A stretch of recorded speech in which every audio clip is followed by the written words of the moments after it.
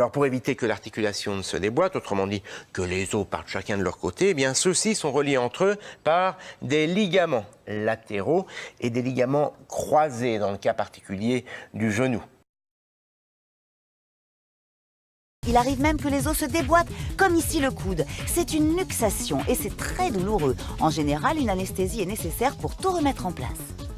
L'autre risque pour nos articulations, c'est l'entorse. Cela correspond à la déchirure des ligaments qui relient les os entre eux.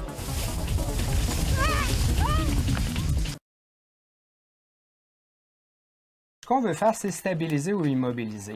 Donc, on va demander à quelqu'un de venir nous aider à tenir le pied, pendant que Monique, elle, va stabiliser la jambe actuelle sur l'autre jambe, de manière à se servir de l'autre jambe d'attelle. Donc, elle va utiliser les bandages triangulaires pour pouvoir faire la technique d'immobilisation de la fracture. Et c'est le traitement pour une lésion ostéo-articulaire quelconque. Excellent. Christian, tu tiens bien le pied? OK, je vais passer en dessous ici, puis si ça bouge, tu me le dis, mais il ne faut pas que ça bouge, OK? Comme ça. Puis on va aller passer, tu peux lever l'autre jambe. On va le placer un petit peu plus haut.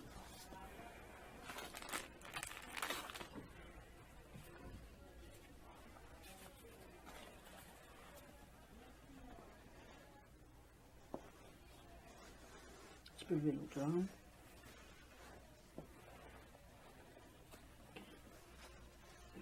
Point. Donc, Steve, on voit le résultat final. Simplement me rappeler pourquoi on a mis une couverture. C'est pour justement mouler les jambes ensemble de manière à les stabiliser et que ça soit confortable pour la victime. Les fractures, entorses ou luxations potentielles de la cheville peuvent être rapidement immobilisées, y compris à domicile, au moyen d'un simple oreiller servant d'attelle. L'oreiller est fixé au moyen de gaz, de cordes ou de ruban adhésif. Vous devrez laisser les orteils dégagés et accessibles afin de pouvoir évaluer facilement l'état de la circulation. Demandez à la personne de fléchir le coude selon un angle de 80 degrés ou moins. Elle doit tourner son pouce vers le haut ou vers son corps.